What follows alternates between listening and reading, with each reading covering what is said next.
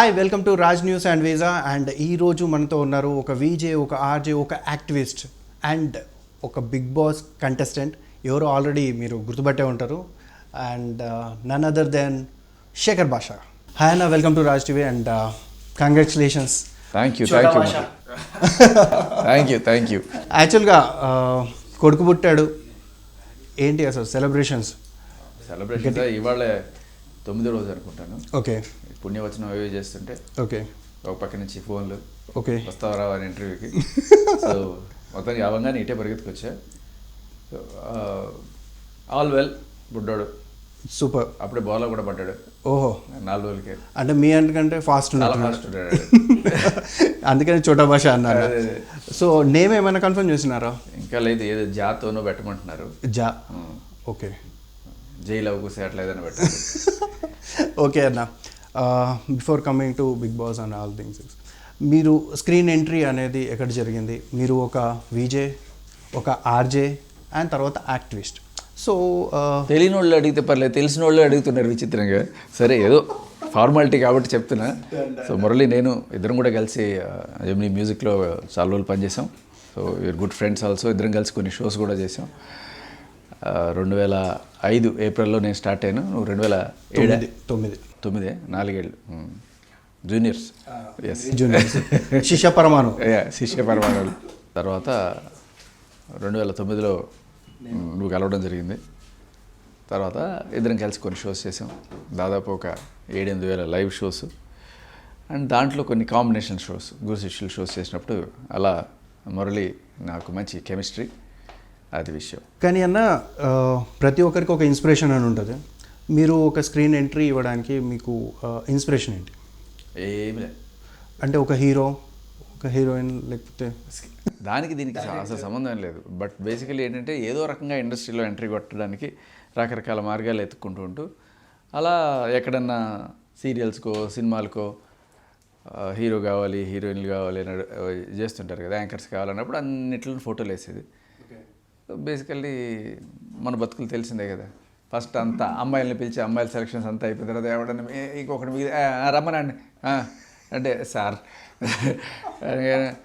చెప్పు ఏంటంటే ఏదో 4 మంచి మాటలు, మంచి స్పాంటినిటీ, జోకులు బాగున్నాయి సార్, వీడి దగ్గర టాలెంట్ ఉంది అని చెప్పి ఆఖరి కోటాలో, అది కూడా ఏ రికమెండేషన్లు అన్నీ అయిపోయిన తర్వాత, నీకు గుర్తు ఉందో లేదో, ఫస్ట్ డే అంటే సెలక్షన్ అయిపోయింది, ట్రైనింగ్ ఇచ్చేశారు. ఇంకా రేపు ఛానల్ స్టార్టింగ్ నాకు షో కూడా ఇచ్చారు 4 గంటలకి.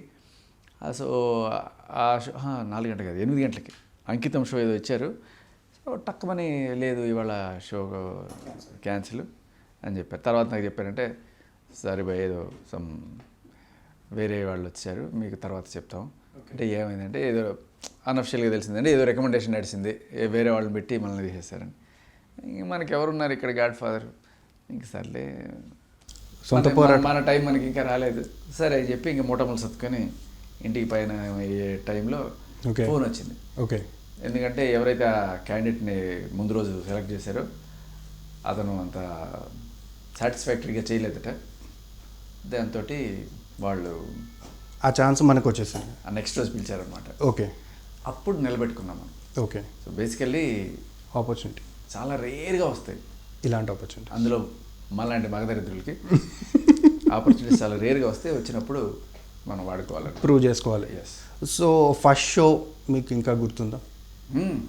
దాని పేరు హాయ్ బుజ్జి. ఓకే, అప్పుడు మనం ఇంత గడ్డాలు, ఇంత మెసాలు కూడా లేకుండే, చిన్న బుజ్జి, జస్ట్ అవుట్ ఆఫ్ కాలేజ్. చిన్న ఇంత ఆ టీషర్ట్ల మీద కూడా కార్టూన్ బొమ్మలు వేసుకొని, అంటే పిల్లల్ని ఎంటర్టైన్ చేయడం కోసం అట్లా పెట్టుకుని ఫస్ట్ డైలాగ్ కూడా నాకు బాగా ప్రిపేర్ అయ్యాను అనమాట. హాయ్ బుజ్జి, పండు, నాని, మ్యాగీ, పింకీ, చింకీ, వైజు, వైషు, కుమ్మి, కుట్టి, లల్లి, పప్పి, చిన్ని, చిట్టే, వెల్కమ్ టు హాయ్ బుజ్జి. అందరూ వచ్చేసేయండి, నేను వచ్చేసాను, మీకు బోల్డని కథలు చెప్తాను అని చెప్పి అలా స్టార్ట్ చేసేవాళ్ళం. యాక్చువల్గా అది 4 to 5 or 5 to 6 ఉండేది అనుకుంటాను, నాకు తెలుసు. కరెక్ట్గా స్కూల్ నుంచి పిల్లలు రాగానే మీరే కనిపించేవాళ్ళు. అందుకని ఎప్పుడైనా పిల్లలు కనిపించినప్పుడు ఎవరైనా, అన్న నేను స్కూల్ టైంలో మిమ్మల్ని చూస్తూ ఉండే అని. వాళ్ళకి తెలియదు మనం స్కూల్ నుంచే వచ్చినాం అప్పుడే. నేను అదే మేనేజ్ చేస్తాను అన్న, నువ్వు కూడా అట్లనే మేనేజ్ చేస్తాను. అంతే స్కూల్లో ఉన్నప్పుడు చూసాము అంటే డజంట్ మ్యాటర్. ఎస్, ఎప్పుడు వచ్చామనేది కదా, దిగిందా లేదా. ప్రాబబ్లీ నాకు తెలిసి ఆ మ్యూజిక్ ఛానల్లో మీరు ఒక 7,000 లైవ్స్ వరకు చేసి ఉంటారు నాకు తెలిసి డిఫరెంట్ ఒక రోజులో ఎన్ని లైవ్ చేసినావు నీకు గుర్తుందా అన్న? సో ఫస్ట్ డే ఒక దాంతో స్టార్ట్ చేసాం, పర్లేదు పిల్లాడు బాగానే చేస్తున్నాడు అని చెప్పి. తర్వాత ఒక 2-3 రోజులకి ఇంకోటి కూడా ఇచ్చారు, ఇంకో లైవ్ షో ఇచ్చారు. తర్వాత morning news analysis program, morning coffee అన్ని న్యూస్ పేపర్లో పెట్టుకొని ఓకే వీళ్ళు ఇలా చేశారు అని చెప్పి ఆ న్యూస్ అనాలిసిస్ ప్రోగ్రామ్ ఇలా చేసేవాళ్ళం. ఇలా రోజుకి 2-3 షోలు టక పడతా ఉండేవి. కొన్ని రోజులు గణేష్ నిమజ్జనం అట్లాంటి రోజుల్లో యాంకర్స్ రావడానికి ఇబ్బంది అయ్యి ఉన్న రోజుల్లో అయితే ఒక్కొక్కసారి నా రికార్డు హయ్యెస్ట్ ఒక రోజు 8 షోస్ చేశాను, 8 లైవ్స్ అన్నీ. అంటే టోటల్ ఇక్కడే కాకుండా పక్కన న్యూస్లో కూడా యాంకర్స్ రాలేదంటే అక్కడ తీసుకెళ్ళిపోయి అక్కడ కూడా చేపించేశారు. అట్లాంటిది ఎలా కుదిరింది అసలు అది? అంటే 7-8 లైవ్స్ ఒకటే రోజులో మీకు ఒక్కరికే ఇవ్వాల్సిన సిచ్యువేషన్ ఎలా వచ్చింది? సిచ్యువేషన్ అది గణేష్ నిమజ్జనం కదా, మొత్తం బ్యారికేడ్స్ పెట్టేస్తారు. ఓకే, ఎవరిని యాంకర్స్ రావడానికి కష్టమైపోయింది, సార్ మేము రాలేదు సార్ అంటే ఒకడు ఆల్రెడీ వచ్చాడు కదా వెళ్ళి ఎక్కడికి పంపించకండి ఇక్కడ అంటే గ్రీన్ మ్యాట్ వెనకాల పడుకొని ఓకే నిద్ర వస్తే మళ్ళీ లేచి రెడీ అని చెప్పి వచ్చేసి చేసేసిన రోజులు ఎన్నోసార్లు నేను కూడా చూసాను అన్న. నేను ముందు లైవ్ చేసేటప్పుడు వెనకాల ఏదో కదులుతుంది ఏంట్రా అంటే శేఖర్ అన్న అక్కడ నిద్రపోతున్నాడు అని చెప్పి. అండ్ నెక్స్ట్ వచ్చేసి ఆర్జే శేఖర్ భాష హౌ. సో ఇది చేస్తున్న టైంలోనే మనకి అదే బిల్డింగ్లో ఇంకో ఎఫ్ఎం రేడియో రావడం. సో ఎట్లాగో ఆల్రెడీ వీళ్ళు కొంతమంది యాంకర్స్ బాగానే మాట్లాడతారు, అయితే వీళ్ళని కూడా ట్రై చేద్దామని చెప్పి యాంకర్స్తో ఆడిషన్స్ ఇచ్చిన టైంలో మనం సెలెక్ట్ అవ్వడం. సరే అడిషనల్ ఇన్కమ్ వస్తుంది కదా ఏదో ఒకటి అని చెప్పి జాయిన్ అవ్వడం. అప్పుడు ఏమనుకోలే, ఓకే 7,000 ఎక్స్ట్రా వస్తాయి, సరే చేద్దాం అని చెప్పి స్టార్ట్ చేశారు. కానీ అప్పుడు ఒక కరెక్ట్గా నెల రోజుల్లో రేడియో పవర్ ఏంటి అనేది నాకు ఫస్ట్ టైం తెలిసింది. అంటే అప్పటికే ఆల్మోస్ట్ ఒక సంవత్సరం వీజేగా చేస్తున్న నాకు ఒక్క నెలలో రేడియోకి ఇంత పవర్ ఉంటుందా, ఒక సంవత్సరం పవర్ దీంట్లో ఒక నెల రోజుల్లో చూశాను నేను. పా తోపురా రేడియో అనుకున్నా. అప్పుడు నాకు రెస్పెక్ట్, ఆర్జే అంటే ఇది, ఆర్జే అంటే మామూలుగా అంటారు కదన్న, ఏదైతే మన స్క్రీన్ మీద ఎప్పుడైతే కనిపిస్తామో అదే ఎక్కువ మనకు ఇంప్రెషన్ ఉంటుంది అని చెప్పేసి. మరి ఎఫ్ఎం ఎలాగా అంత త్వరగా? Very good question. ఈ అబ్బాయికి మంచి అదే ఇప్పించండి చాక్లెట్. నిజంగా చాలా చాలా వెరీ వెరీ సెన్సిబుల్ క్వశ్చన్. ఇక్కడ పాయింట్ ఏమవుతుందంటే మన టీవీ ఛానల్లో ఇంటర్వ్యూ చేస్తే టీవీ తిరిగితే బాగుండదేమో. టీవీకి ఒక పేరు ఉంది, ఈడియట్ బాక్స్ అని. అవును, 2 రకాలు ఉంటాయి, ఒకటి ఎంటర్టైన్మెంట్, ఒకటి న్యూస్. సరే న్యూస్ కోసం చూస్తుంటారు. కానీ ఇదేంటంటే టీవీ ఈజ్ అన్ అపాయింట్మెంట్ ఉండాలి కంపల్సరీగా. అంటే మనం అన్ని పనులు పక్కన పెట్టుకొని టీవీ చూస్తూ ఉంటేనే మనకి. బట్ రేడియో అలా కాదు. రేడియో నువ్వు పని చేసుకుంటూ రేడియో వింటావు, ఆటో తోలుకుంటూ రేడియో వింటావు, క్యాబులు ఏదన్నా సరే పని చేసుకుంటావు. అప్పట్లో ఈ యూట్యూబ్ ఇంత హవా లేకున్న టైంలో, పాడ్కాస్ట్ లేని టైంలో ఆ రేడియో గురించి నేను మాట్లాడుతున్న టైంలో అసలు బాబా ఈ రేడియో వినని వాడు లేడు. కాలేజీకి వెళ్ళేవాడు కూడా ఇయర్ ఫోన్స్ పెట్టుకొని. అప్పట్లో ఫార్చునేట్లీ ప్రతి ఫోన్లోనూ ఎఫ్ఎం ఉండేది. ఇప్పుడు ఈ మధ్య అంతా పాస్ అయిపోయింది కదా, ఎఫ్ఎంలు తీసేస్తున్నారు, అక్కడ కూడా వేస్తున్నారు. బట్ ఏదైనా అప్పట్లో ఉన్న క్రేజ్ చాలా ఉండింది. దిస్ ఈజ్ అరౌండ్ 2006-2007 టైంలో. సో నీకు ఓవరాల్గా ఇండియా మొత్తం మీద లేకపోతే వరల్డ్ వైడ్ టీవీ వ్యూవర్షిప్ ఎంత ఉంటుందో అంత వ్యూవర్షిప్ మనకి హైదరాబాద్లో మాత్రమే దొరుకుతుంది ఎఫ్ఎంలో. అంటే డెన్సిటీ ఎక్కువ ఉంటుంది. ఇదేంటంటే ఎక్కువగా స్ప్రెడ్ అవుతుంది ఇది. కానీ ఇది మొత్తం ఇప్పుడు ఒక 1000 మంది వ్యూవర్షిప్ ఉందనుకో టీవీకి, ఆ 1000 మంది అక్రాస్ ద వరల్డ్ ఉంటారు. కానీ ఎఫ్ఎంకి ఆ 1000 మంది ఇక్కడే ఉంటారు, నీ చుట్టుపక్కలే ఉంటారు. ఇక్కడ వీడు ఉంటారు అనమాట. సో వాళ్ళని కనుక నువ్వు ఆకట్టుకుంటే యువర్ ఎ స్టార్ అనమాట ఇక్కడ లోకల్గా. మళ్ళీ నువ్వు హైదరాబాద్ దాటేసి ఏ కరీంనగర్, నిజామాబాద్ పోతే మళ్ళీ ఎవడు రా శేఖర్ భాష ఎవడు అంటారు. ఇప్పుడు టీవీకి వచ్చేసరికి ప్రైమ్ షో అనేది ఈవినింగ్, మనకు ఎఫ్ఎంలో మార్నింగ్ అండి. ఎఫ్ఎంలో మార్నింగ్ అండ్ అలాగే ఈవినింగ్. ఎప్పుడు traffic is directly proportional to listenership. Okay. So road పైన ఎప్పుడు ట్రాఫిక్ ఎక్కువ ఉండునో అప్పుడు రేడియో లిజనర్షిప్ ఎక్కువ ఉండును. ఓకే. ఇది న్యూటన్ యొక్క 4వ నియమం లాగా రేడియో నియమం. అన్న మీకు ఫస్ట్ నేషనల్ అవార్డు వచ్చింది ఎఫ్ఎంలో. సో దేనికి వచ్చింది అనేది ఏమైనా గుర్తుందా? యా, అది ఇండియా రేడియో ఫోరం అవార్డు అంటారు. సో ఎనీ ఆర్జే అది కనుక వస్తే అదొక ఆస్కార్ లెవెల్లో ఫీల్ అవుతారనమాట. మంచి అంటే మనం జనరల్గా చూస్తున్న కొన్ని వాళ్ళ ఈయన వస్తాడా అయితే ఈయనకి ఇచ్చేద్దాం, ఇది అక్రాస్ ఎవరిస్తారు, ఎక్కడిస్తారు, ఎవరు జడ్జ్ చేస్తారు, మనకి ఏం ఉండదు అనమాట. ఎక్కడో ఢిల్లీలో జరుగుతుంది, మొత్తం శాంపుల్స్ తీసుకొని రకరకాల తీసుకొని వాళ్ళ లెక్క వాడుకుంటే మొత్తం ఫైనల్గా. నాకు ఫస్ట్ వచ్చింది గురు హోజా షురు. మన ఇద్దరం చేసిన షో ఏదైతే ఉందో అది యాక్చువల్గా టీవీ ఫార్మాట్ది రేడియో ఫార్మాట్కి నేను అన్వయించాను అనమాట. మనం సందేహం అని చేసాము, గురుగారిని సందేహాలు అడుగుతుంటాం. అదే ప్రోగ్రామ్ రేడియోలో గురు హోజా షురు మధ్యాహ్నం 1 గంటకు వచ్చేది. అది ప్రైమ్ టైం కాకపోయినా కూడా దానికి అవార్డు వచ్చింది. దానికి దాంట్లో ఎలా అంటే ఇట్లా ఒక శిష్యురాలు ఉండేది, ఆవిడ వచ్చి క్వశ్చన్ అడుగుతాడు, గురుగారు మనకి ఉత్తరం వచ్చిందంటే ఉత్తరమేనా షోడా కూడా వచ్చిందా, ఇలా ఉండేది అనమాట. ఓకే. సో అలా ఆ షోకి వచ్చింది. తర్వాత ఒక ప్రోమో తెల్లారిందో మా అమ్మని ఒక షో చేసేవాళ్ళు, ఆ ప్రోమోకి కూడా నేషనల్ అవార్డు వచ్చింది. ఓకే, IRF అవార్డు వచ్చింది.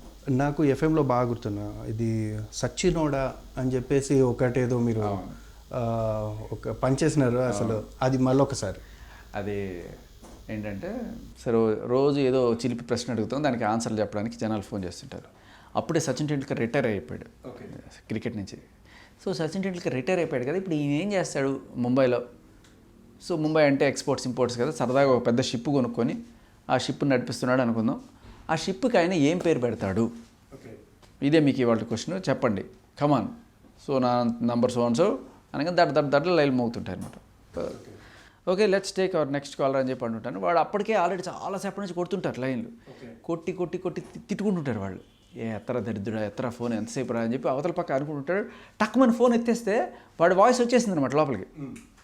ఎట్లా, దరిద్రుడు ఎత్తరా ఫోన్ తెచ్చేస్తా, వాడికి ఫోన్ కనెక్ట్ అయిందన్న విషయం తెలియదు కూడా తిట్టేస్తుంటాడు లైవ్లో. ఎలా అంటే సచ్చినోడా ఫోన్ ఎత్తరా, సచ్చినోడా అంటే కంగ్రాచులేషన్స్ కరెక్ట్ ఆన్సర్, సచ్చినోడా పేరు సచ్చినోడా అని చెప్పి తిట్ని కూడా ఆన్సర్గా తీసుకున్నారు అనమాట. దాన్ని ప్రోమో కట్ చేసి చేసామన్నమాట. సమయస్ఫూర్తి, రంగస్థలంపై సమయస్ఫూర్తి అని చెప్పేసి చదువుకున్నా, మనకు గుర్తుందని గుర్తు రావట్లేదు. ఆ టైంలో తెలుగు బుక్లో ఒకటి పాఠం ఉండేది. అండ్ ఇంకొకటి, ఎప్పుడైనా కానీ బ్లాంక్ పడ్డప్పుడు మీరు ఒకసారి ఎఫ్ఎంలో మేనేజ్ చేస్తున్నారు, గుర్తుందా మీకు? లైవ్ స్టార్ట్ కాగానే మీరు సైలెంట్ అయిపోయారు. ఇట్స్ బిన్ సమ్ టైం అయిపోయిన తర్వాత కొంతసేపట్లో అలర్ట్ అయిపోయి, మన సుబ్బారావు గారి కుక్క చనిపోయింది అందుకని చెప్పేసి మనము మౌనం పాటిస్తున్నాము, 2 నిమిషాలు మౌనం పాటించాం. ఇలా కావాలని కూడా బ్లాంక్ అయిన రోజులు ఉన్నాయి. ఏంటి తెలుసా? ఓకే, బ్లాంక్ కూడా కాదు. ఎట్లా అంటే మీలో ఎంతమంది టీవీ వాల్యూమ్ పెంచారు? మీరందరూ ఏప్రిల్ ఫస్ట్కి ఇలా చేసేవాడు అనమాట. సో ఇదొకటి. తర్వాత ఎవరికైనా సరే వ్యాలంటైన్స్ డే రోజున ప్రపోజ్ చేస్తారు, బట్ అట్లాంటి పొరపాటు చేయకండి. ఏప్రిల్ 1 రోజునే ప్రపోజ్ చేయండి అని చెప్పేవాళ్ళం. ఎందుకంటే ఒకవేళ ఆమె రిజెక్ట్ చేసి ఏప్రిల్ ఓకే అనుకుంటే అంత నిజంగా కంటిన్యూ అయిపోవచ్చు. ఓకే డాడ్, మీరు ఫస్ట్గా స్క్రీన్ అపియరెంట్ అయినప్పుడు ఎవరైనా మిమ్మల్ని బయట చూసి గుర్తుపట్టి ఉంటారు కదా, సో ఇట్లాంటి సందర్భం ఏమైనా జరిగిందా? ఫస్ట్ పేరు ప్రవీణ్. ఓహో, అప్పుడు షో ముగించుకొని లైవ్ అయిపోయింది, వెళ్తున్నాను. బస్సులో వెళ్తుంటే పక్కన కూర్చున్నాడు, వాడు విచిత్రమైన ఎక్స్ప్రెషన్ పెట్టాడు. చూసాడు ఫస్ట్ ఇట్లా చూసాడు, తర్వాత మళ్ళీ ఇట్లా చూసాడు. నువ్వు నువ్వు నువ్వు అన్నాడు. నేనే so that was memorable experience అది. ఇంకా తర్వాత ఎక్కడైనా ఇళ్ళ దగ్గర మా ఏరియాలో పోతుంటే, నల్లకుంట అటు సైడ్ ఉండేవాళ్ళం అప్పట్లో, కొంచెం మాస్ ఏరియా, చిన్న పిల్లలందరూ ఆడుకుంటారు, వాళ్ళు బాగా ఈ ప్రోగ్రామ్ చూసేవాళ్ళు. హాయ్ బుజ్జి వచ్చిండు అని చెప్పేవాడు. మీకు ఎన్ని అవార్డ్స్ వచ్చినాయి? నేషనల్ అవార్డ్స్, IRF అవార్డ్స్ మొత్తం 18 అవార్డ్స్. 18 అవార్డ్స్. సో ఇప్పుడు ఇంకా 18 అవార్డ్స్. ఓకే, ఇప్పుడు కండక్ట్ చేస్తున్నారా? లేదు, గత 2-3 ఏళ్ళ నుంచి అదే కరోనా వచ్చిన తర్వాత మొత్తానికి IRF అవార్డ్స్ ఆపేసారు. బట్ మేబీ అంటే మళ్ళీ స్టార్ట్ చేస్తారు 2022. ప్రతి సంవత్సరం ఏదో ఒక ఎంకరేజ్మెంట్ ఉంటూ ఉండేది అవార్డు రాగానే. ఎస్, ఏదో సాధించావు. ఇన్నేళ్ళైనా కూడా మనం జనాలు కోరుకుంటున్నారు అనే ఒక ఎంకరేజ్మెంట్ ఉండేది. గత 2-3 సంవత్సరాల నుంచి అది మిస్ అయిపోతుంది అనుకున్నప్పుడు ఇప్పుడు ఒక ఉప్పెనలాగా ఒక సునామీలాగా బిగ్ బాస్ వచ్చింది.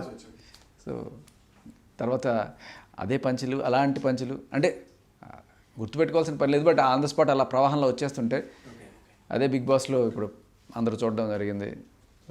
ఎలా రిసీవ్ చేసుకుంటారా అని టెన్షన్ పడుతుంటే బట్ ఫైనల్లీ బయటకు వచ్చేటప్పటికి నీ పొలంలో మొలకలు వచ్చాయి అన్నట్టుగా అందరూ మనల్ని మంచిగా రిసీవ్ చేసుకొని ఈ మీమ్స్ ఇవన్నీ కూడా వాటి మీద రావడం అనేది very happy. Coming to Bigg Boss అన్న, మీకు ఫస్ట్ ఇంటర్వ్యూ జరిగిందా లేకపోతే it's second interview? So how? Last ఇయరే వచ్చింది. ఓకే. బట్ కొన్ని కాలమాన పరిస్థితుల రీత్యా, ఓకే, అనివార్య అనుబంధాల వల్ల, అవినాభావ సంబంధాల వల్ల లాస్ట్ ఇయర్ కుదరలేకపోయింది. బట్ ఈసారి కుదిరింది. ఈసారి కూడా టఫ్ సిచ్యువేషన్ అనమాట. వెరీ లాస్ట్ మెంబర్ అనుకుంటా నాకు తెలిసి. అంతే, వారం 10 రోజుల ముందు చెప్పారు. ఓకే. సో అది అప్పుడు వెళ్ళాలా వద్దా, మిస్సెస్ ఆల్రెడీ ప్రెగ్నెంట్ ఉండే. ఓకే. బాగా ఆలోచించుకొని ఫైనల్గా ఇక్కడనేమో ప్రెగ్నెంట్ ఉండే, మీరేమో అందులోకి వెళ్ళిపోయారు. మరి ఆలోచనలు అన్నీ ఇటే ఉండి ఉంటాయి కదా నాకు తెలిసి. అదే చాలా. సో అందుకే సర్దార్ సినిమాలో కోడ్ రెడ్ అని వినపడంగానే వాడు జైలు గోడలు దూక్కుని వచ్చేస్తాడు కదా. అవును. ఆ టైప్లో బిడ్డ పుట్టిందని అనౌన్స్ చేయగానే ఏదో చేసేసి వచ్చేసాను. ఓకే. బట్ అంటే నేను వాళ్ళని అడిగా యాక్చువల్గా 1 డే కనుక ఇస్తే వెళ్ళి కాస్త ఓకే బిడ్డను చూసుకొని వస్తాను. లేదండి రూల్స్కి అగెనిస్ట్ అది అన్నారు. సరే కనీసం వాళ్ళని చూపిస్తారనుకున్నా. ఆ టైంలో కొంచెం ఎమోషనల్గా గట్టిగా చూడాలనిపించింది. అన్న బిగ్ బాస్ ఇంటర్వ్యూ అంటే ఎలా ఉంటుంది? సో వెరీ ఫార్మలా లేకపోతే క్యాజువలా? సో అంటే నాకు జరిగింది చెప్పగలను, మిగతా వాళ్ళకి ఎలా ఉంటుందో తెలియదు. కానీ అదే మీ గురించి చెప్పండి, ఏం చేశారు, ఏం సాధించారు, ఇలా. వాళ్ళకి ఏం కావాలంటే బేసికలీ నేను టైటిల్ కోసం రగిలిపోతున్నాను, నాకు బిగ్ బాస్ టైటిల్ కావాలి, దానికోసం నేను ఏమైనా చేసేస్తాను అనే ఒక హంగర్ కావాలి బేసికల్లీ. సో ఎందుకు బిగ్ బాస్కి రావాలనుకుంటున్నావు అని అడుగుతారు. అడిగినప్పుడు ఫేమ్ కోసమో డబ్బుల కోసమో ఇలాంటి సమాధానాలు చెప్తే నచ్చదు వాళ్ళకి. Bigg Boss title, Bigg Boss ఆడాలి, ఆ కసి, అది ఖచ్చితంగా ట్రోఫీ తెచ్చుకోవాలి, టైటిల్ తెచ్చుకోవాలి అలాంటి ఉండాలన్నమాట. ఓకే. అండ్ కంటెస్టెంట్స్ వచ్చేసరికి ఎవరు మీకు టఫ్ కాంపిటీషన్ ఇచ్చారు అందులో? అసలు నేను ఎవరిని కూడా కాంపిటీషన్ లాగా చూడాలి, అందరినీ ఫ్రెండ్స్లా చూసిన. ఓకే. నచ్చని వాళ్ళు ఇద్దరు ఉండే. అంటే దానికి కాంపిటీషన్ కూడా పేరు పెట్టకూడదు, శత్రువులు కూడా కాదు. వాళ్ళ గేమ్ వల్ల నాకు నచ్చకుండా అనిపించారు. ఎందుకంటే ఈ జిత్తులు మరి కుయుత్తులు ఇవన్నీ కూడా నాకు నచ్చలేదు. మేబీ వాళ్ళ గేమ్ ప్లాన్ అయి ఉండొచ్చు కదా అది. అంటే అది కొంచెం నాకు అందరు నిన్ను నామినేట్ చేసేసారు, నువ్వు రేపు ఇంకా వెళ్ళిపోదాం అనుకున్న టైంలో నేను ఇంత కష్టపడి వచ్చాను తెలుసా ఇక్కడికి. నేను మా అమ్మ నాన్న చనిపోయినా కూడా వాళ్ళని తగలబెట్టడానికి డబ్బులు కూడా లేకపోతే నేను అందరినీ అడుక్కొని ఇట్లా, అంటే ఒక దారుణమైన దేనగాథ. ఇది ఆడితే గేమ్ ఆడు, యుద్ధం చేయలేని వాడు సార్ నీతుల గురించి మాట్లాడతాడు అన్నట్టుగా నాకు అది. ఎందుకంటే ఏదో చిన్న చిన్న స్టోరీలు చెప్పుకున్నా పర్లేదు, నాకేదో డబ్బు లేకుండా ఆఖరికి అది కూడా లైక్ తల్లిదండ్రుల చావుని కూడా నేను గేమ్కి వాడుకుంటాను అనిపించింది నాకు. అది మరి తన ఇంటెన్షన్ ఎప్పుడు అడగల నీ ఫ్లాష్ బ్యాక్ ఏంటి అని. బట్ ఆయన అది కూడా అదే టైంలో చెప్పుకొని ఏదైనా. బట్ బేసిక్లీ ఏంటంటే ఒక మనల్ని మనం తక్కువ చేసుకుంటామా ఎక్కువ చేసుకుంటామా అనేది పక్కన పెడితే ఒక ఎమోషను, సెంటిమెంటు, జనాలు మెచ్చుకున్నారా మెచ్చుకోకపోయినారా, చూసారా లేదా అనేది ఏదో ఒక కంటెంట్ అవుతుంది అనేది బిగ్ బాస్కి ఉండొచ్చు. బట్ ఏదైనా నాకు అంత గేమ్ కోసం అలాంటి ఆటలు ఆడాలనిపించలేదు, అందుకే నాకు నచ్చదు బేసికలీ అలాంటివి. సో ఈ సెంటిమెంటల్ డ్రామా ఆడి ఏదో రకంగా అక్కడ ఉందాము అనేది అది నాకు నచ్చలే. అక్కడే చెప్పా, ఒరే ఎవడన్నా నీ మీద వచ్చి బాణాలు వేస్తున్నప్పుడు యుద్ధం చేయగలిగితే చేయాలి. నా గతం ఏంటో తెలుసా నీకు, నేను ఎన్ని కష్టాలు పడొచ్చాను తెలుసా, నా మీద బాణం వేస్తావు నువ్వు. మ్యాక్సిమం అక్కడ వచ్చిన కంటెస్టెంట్లు అందరికీ బ్యాడ్గానే ఉంది. అంటే పాస్ట్ ప్రతి ఒక్కరికి ఉంటుంది, ప్రతి ఒక్కరు దాని మీద బాధపడతారు. అండ్ ఒక స్టేజ్కి వచ్చే వరకు ఏదో సాధించాలి అని చెప్పేసి అందరూ బిగ్ బాస్లోకి రావడం అనేది జరిగేది. ప్రతిసారి అదే రిపీట్ చేయడం అనేది మేము 24 అవర్స్ స్ట్రీమింగ్లో కూడా మేము అదే చూసాం. అది అతను ఇంకా ఈవిడే సోనియా. ఓకే. ఆవిడ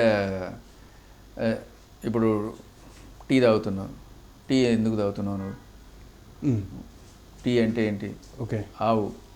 ఆవు నుంచి తీసిన పాలు, నీకు పాలు ఎందుకు? ఓకే. పాలు పిల్లలు తాగితే ఒక అర్థం ఉంది. నీకేం దున్నపోతులో ఉన్నావు, నువ్వు పాలు ఎందుకు తాగుతావు? ఓకే. అంటే ఆవును అవమానించినట్టు, ఆవును అవమానిస్తే మన దేశానికి అవమానించినట్టు. ఓకే. ఇలా ఏదో ఒక రాజకీయం అనమాట. ఏదో ఒకటి. ఆరెంజ్తో ఆడుకుంటే ఆరెంజ్ అంటే ఏంటి? ఆరెంజ్ అంటే ఫుడ్. ఆరెంజ్ అంటే ఫుడ్ని పండించేది ఎవరు? రైతు. ఓకే. కాబట్టి నువ్వు ఆరెంజ్తో ఆడుకున్నావు అంటే రైతుల జీవితంతో ఆడుకున్నట్టు.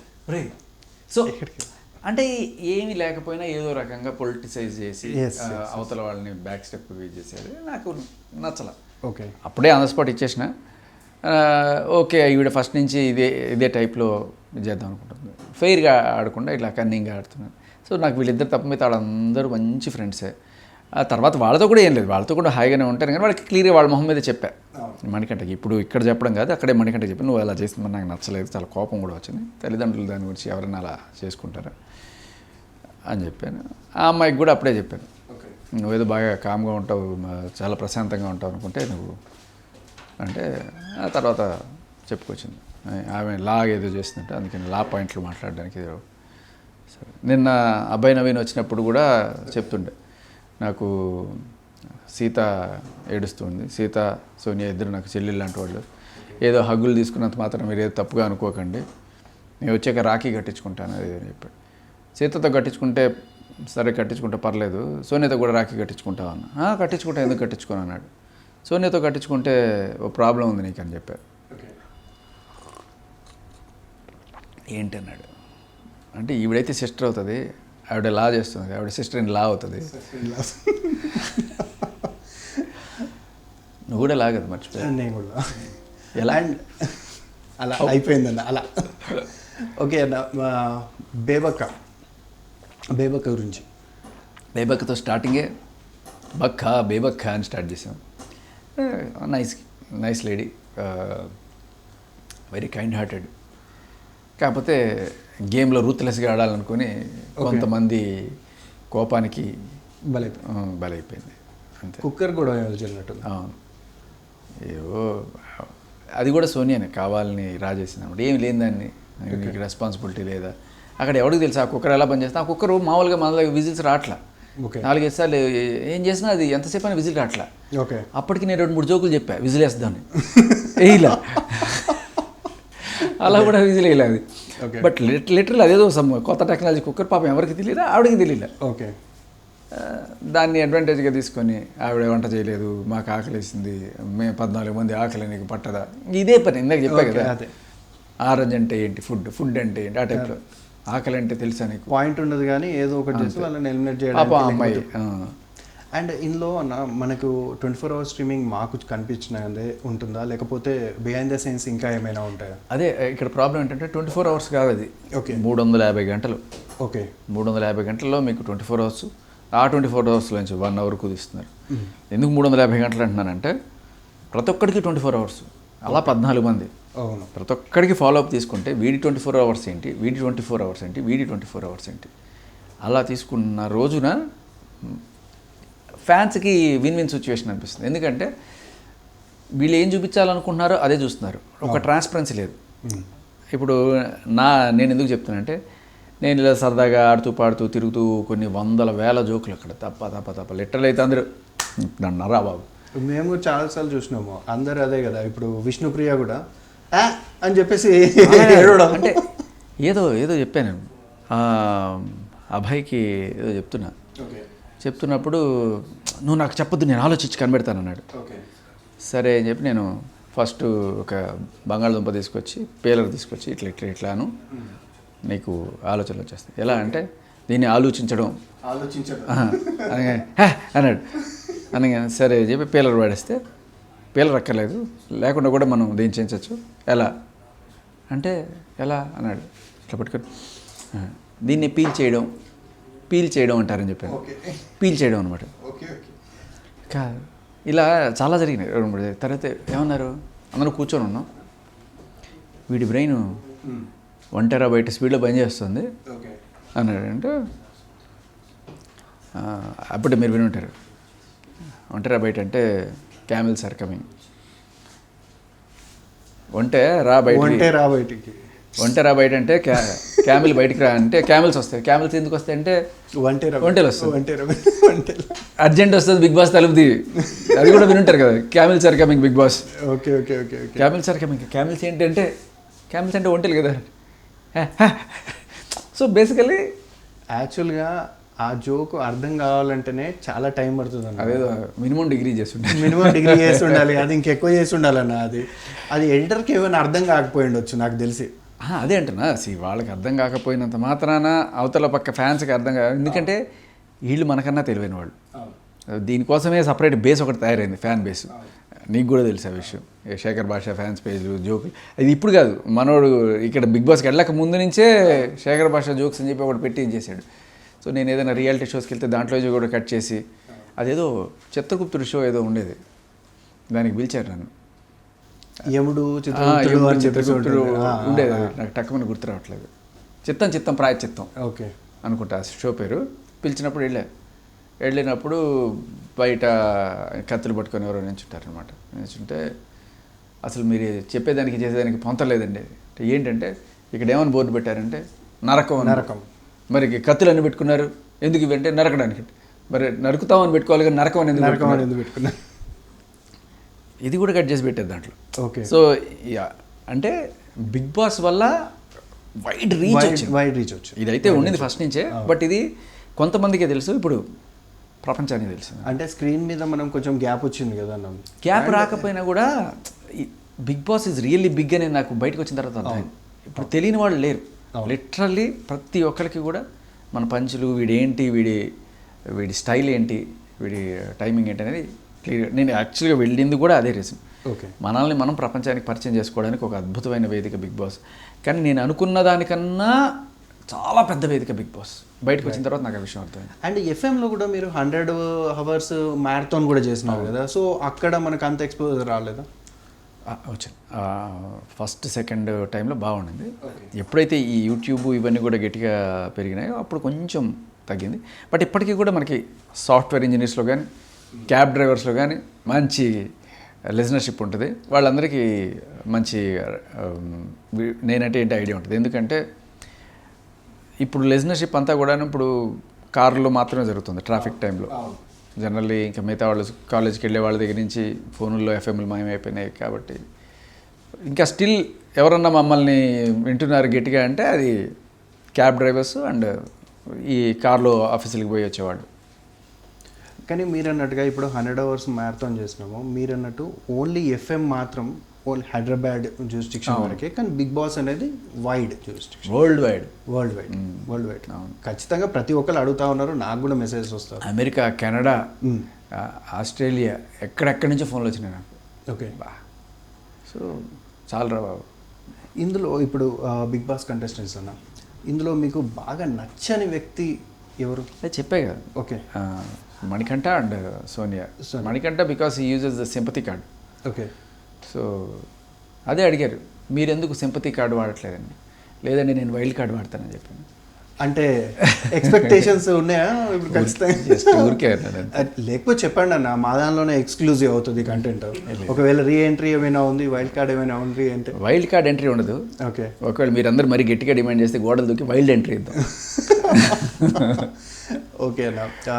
దీంట్లో ఇప్పుడు మనకి ఎవరైతే కంటెస్టెంట్స్ ఉన్నారో అందులో చాలా వరకు గేమ్ ప్లేయర్స్ ఎవరు?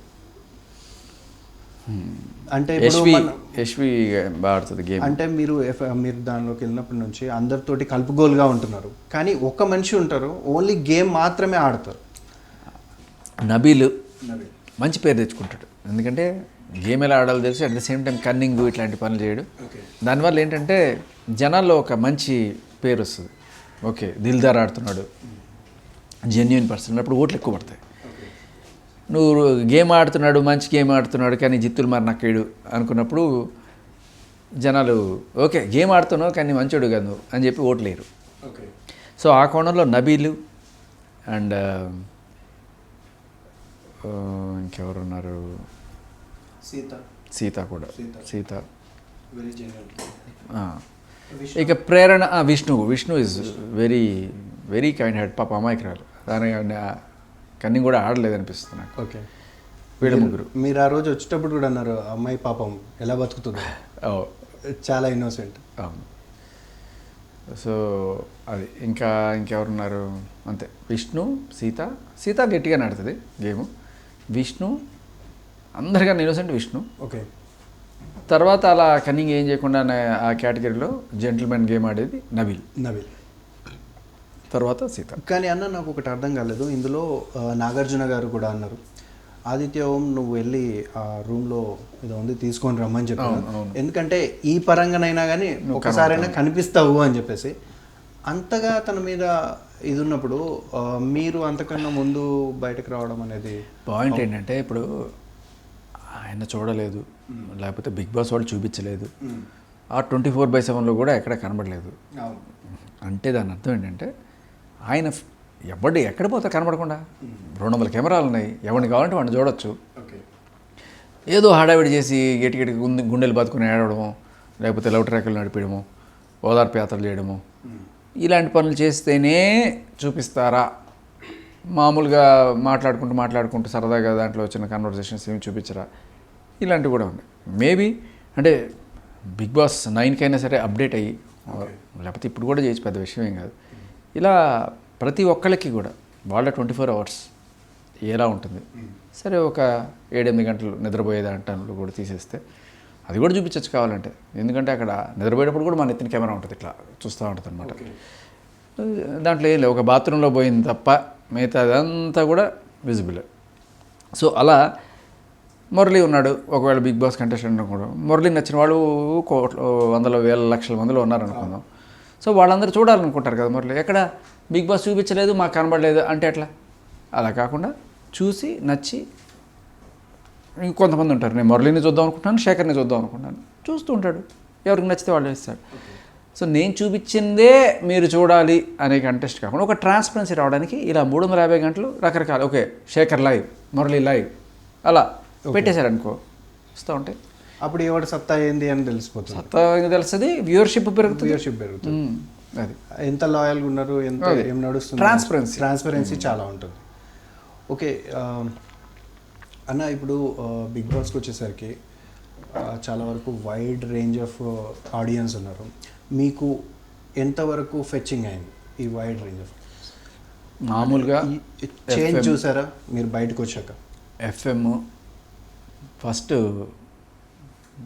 విజేగా ఉన్నప్పుడు ఒక 10% వేసుకున్నాం. ఎఫ్ఎంలోకి వెళ్ళిన తర్వాత అదొక 25%, 30% అయింది. తర్వాత ఈ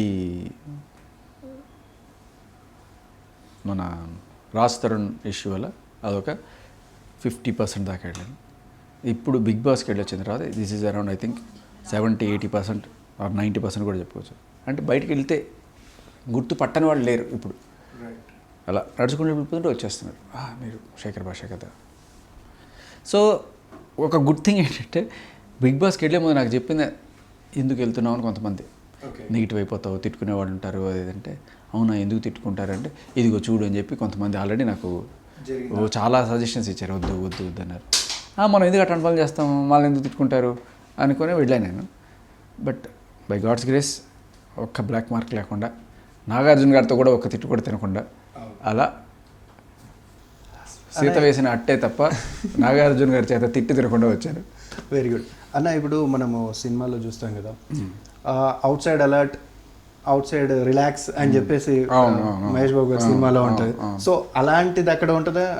ఏముండదు అసలు, ఎవ్వడు కనబడ్డు. ఎక్కడో దూరంగా గణేష్ నిమజ్జనాలు ఉత్సవాలు జరుగుతున్నప్పుడు ఓకే జరుగుతున్నట్టుంది ఇవాళ నిమజ్జనం అనుకుంటా, ఇలా. లేకపోతే ఎక్కడైనా దూరంగా మెట్రో సౌండ్లు వినబడుతుంటే, ఓకే ఇగో ఇప్పుడు అంటే 11 అయ్యింటుంది లాస్ట్ మెట్రో ఇదే అనుకుంటా అని మాట్లాడుకునేవాడు అనమాట. అంటే క్లాక్ కూడా ఉండదా? ఉండదా అస్సలు క్లాక్ ఉండదు. లోపల ఉంటే అది కూడా తెలియదు. బయటికి వెళ్తే వానలు పడుతున్నాయి, మేము వెళ్ళేటప్పుడు ఫుల్ మొత్తం మేఘాలు ఉన్నాయి, అసలు ఏది పగలు ఏది సాయంత్రం, పొద్దున్న సాయంత్రం కూడా తెలిసేది కదా. సరే రీసెంట్గా కొంచెం మేఘాలు తొలగి బయటికి వెళ్తే ఓకే సూర్యుడు ఇక్కడ ఉన్నాడు కాబట్టి ఇంత టైం. లోపల ఉంటాం కొన్నిసార్లు, లోపలే ఉన్నప్పుడు బయట చూస్తుంటాం స్విమ్మింగ్ పూల్ దగ్గర ఎండబడి ఇట్లా నీడ వస్తూ ఉంటుంది అనమాట. సో అప్పుడు జీవితంలో చదువు వాల్యూ తెలిసింది. ట్రిగ్నామెట్రీ, ఓకే ఇది 10 అడుగులు ఎత్తుంది, నీడ ఎంత ఉంది కాబట్టి ఈ యాంగిల్ ఎంత ఉంది, ఓకే కాబట్టి ఇప్పుడు tan θ ఎంత వేసుకుంటే ఎంత సుమారుగా ఎంత టైం అయి ఉంటుంది ఓకే అని చెప్పి అప్పుడు టైం చెప్పేవాడు నేను అక్కడ స్విమ్మింగ్ పూల్ ఉండేది కదన్నా, దానికి యాక్సెస్ ఉండేదా? అంటే వాడు మామూలుగా మేము వేరే సీజన్స్లో చూసినప్పుడు ఓన్లీ స్విమ్మింగ్ పూల్ యాక్సెస్ వాళ్ళకే ఉండేది అని చెప్పేసి అని అంటుండే. వాళ్ళకంటే అంటే కొంతమంది చీఫ్స్కి కానీ లేకపోతే ఆ గేమ్లో గెలిచిన వాళ్ళకి అట్లా అలా ఏం లేదు. ఎవరైనా మామూలుగా ఎవరు వాడుకోపోతుండే, నేనే ఎక్కువ వాడుకుంటాను. నేను, Abhay, to some extent Prithvi and Nikhil, మేమే 4 వాడేవాళ్ళం. ఓకే. సో లేడీస్ కూడా ఎప్పుడు వాడింది లేదు. నేనే ఫస్ట్ టైం అమ్మాయి నన్ను నీళ్ళలో పడేస్తే నేను ఆ అమ్మాయిని కూడా లాగాను, Nainika. Okay okay okay okay తనకి స్విమ్మింగ్ రాదా? వాళ్ళకే లోతు కూడా ఉండదు అనుకుంటా నాకు తెలుసా. కాకపోతే ఆ అమ్మాయి కొంచెం లోతుగానే అనిపిస్తుంది, అంటే ఆమె కొంచెం హైట్ తక్కువ. ఓకే, కమింగ్ టు ఒక్కొక్క కాంపిటీటర్స్ తోటి కంటెస్టెంట్లతో చూసుకుందాం. మీకు వాళ్ళ ఇంటరాక్షన్ ఎలా ఉంది అని చెప్పి. First Bebakka already you told, and next Aditya Om గారు. ఆదిత్య ఓం నాకు ఫస్ట్లో మంచి ఫ్రెండ్ ఉండే. ఓకే. నాకు తెలీదు అతను ఒక గేమ్ ప్లాన్ వేసుకొని ఇదంతా చేస్తున్నాడు. నేను నార్మల్గానే ఉండే. సడన్గా నన్ను ఎందుకు నామినేట్ చేసావు రా బాబు, నేనే నీకేమన్నా ఏం చేశాను రా నేను అనుకునేవాడిని.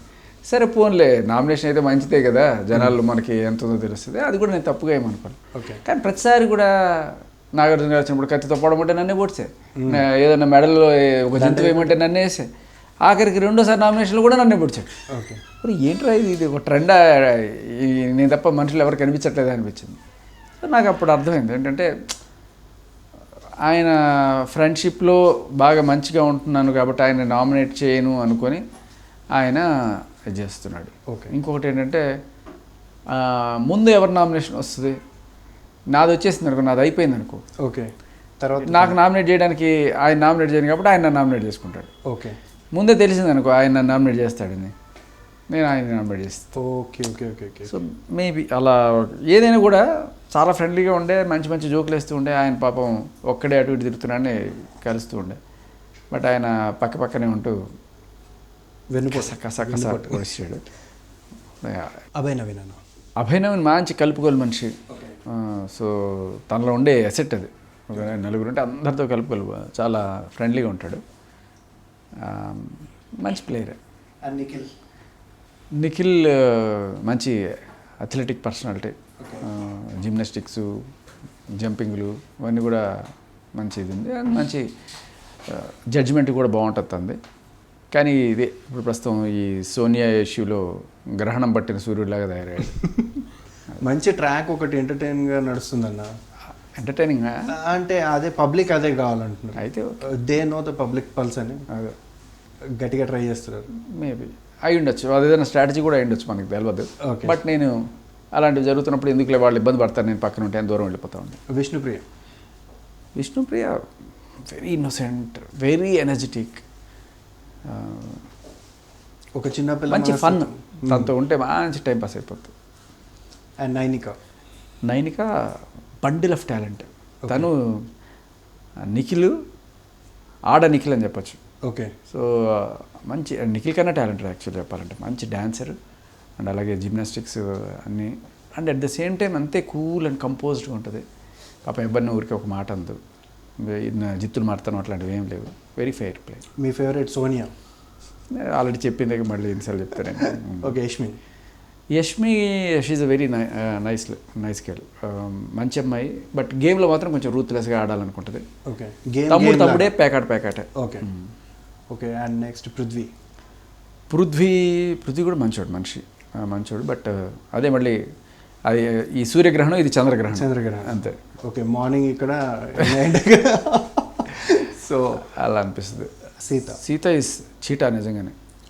సో మంచి పోరాట పటిమ ఉన్న, అంతేకాకుండా మంచి sense of grasping, sharpness. Next ఎవరు ఎలిమినేట్ అయిపోతున్నారు ఏమన్నా ఐడియా ఉందా నాకు? ఎందుకంటే మీరు ఇప్పటివరకు చూసినట్టయితే అందరూ జనాలు ఆడేవాళ్ళు మాత్రమే బయటకు వచ్చేస్తున్నారు. సో అంటే జనాల కోరిక అయితే నేను చూస్తున్న సర్వేలను వాటిలోనూ సోనియా గురించి గట్టిగా ఉంది. ఓకే. బట్ నెగిటివ్ ఉంటేనే కాస్త ఉంటుంది అనుకునే టైప్ ఉండొచ్చు. అందుకనే సోనియాని మణికంఠని అట్టే పెట్టచ్చేమో. ఓకే. ఆ కోవలో చూస్తే పృథ్వీ కానీ లేకపోతే ఆదిత్య కానీ వీటిద్దరిలో. Okay. Out of the box Bigg బాస్కి మీకు రెమ్యూనరేషన్ ఎంత? అంటే కాంట్రాక్ట్ రాసేటప్పుడు అది కూడా రివీల్ చేయొద్దు. ఓకే. సో మీరు వేరే విధంగా అయినా చెప్పొచ్చు. వేరే విధంగా అంటే నా జీతానికి ఒక 2 times. ఓకే. అంటే అది పద్ధతి అలాగే ఉంటుందా? Per week. ఓకే. మంత్లీ కాదు, ఏదైతే మీరు సంపాదిస్తున్నారో దానికి డబల్ ఉంటుంది. అది ఎవరైనా అంతేనా లేకపోతే మీకే అలా? మనకి మిగతా వాళ్ళు తెలియదు, వాళ్ళు మాట్లాడుకుంటారంట. ఓకే. నేను పెద్ద ఎక్కువ నెగోషియేషన్ అనడం చేయలేదు. Okay doctor. అంటే మెయిన్ మోటో ఏంది? ఇప్పుడు మీరు ఆడడానికి వెళ్ళలేదు, ఫైట్ చేయడానికి వెళ్ళలేదు, ఏం లేదు, అసలు బిగ్ బాస్లోకి ఎందుకు వెళ్ళారు చెప్పండి లాస్ట్? బిగ్ బాస్ వేదిక పైన శేఖర్ గారిని ప్రపంచానికి పరిచయం చేద్దామని వెళ్ళాం. ఓకే. సో ఐ థింక్ అది జరిగింది. అండ్ ఆడడానికి వెళ్ళలేదంటే ఆడడం అనేది అసలు నా కాన్సెప్టే కాదు. రియాక్ట్ అవ్వడం, జెన్యున్గా స్పందించడం అనేదే నా కాన్సెప్ట్. జరిగినాయి, ఏదైనా జరిగితే దానికి జెన్యున్గా రియాక్షన్ రావాలి తప్ప ముందుగానే వీడి మీద కుళ్ళు కుతంత్రాలు రచించి. ఇప్పుడు ఆరెంజ్ ఇష్యూ వచ్చింది, నేను వెంటనే దానికి తగ్గట్టుగా స్పందించాను. అండ్ అలాగే ఏదైనా జరిగింది గుర్తురావట్లేదు. బట్ ఏ జరిగితే ఆదిత్య గురించి కూడా సో కరెక్ట్ స్పందన వస్తుంది తప్ప నా స్పూన్ ఎత్తుకుపోయావు, నా బల్పం ఎత్తుకుపోవడానికి సెక్షన్ 394 ప్రకారం ఇది తప్పు.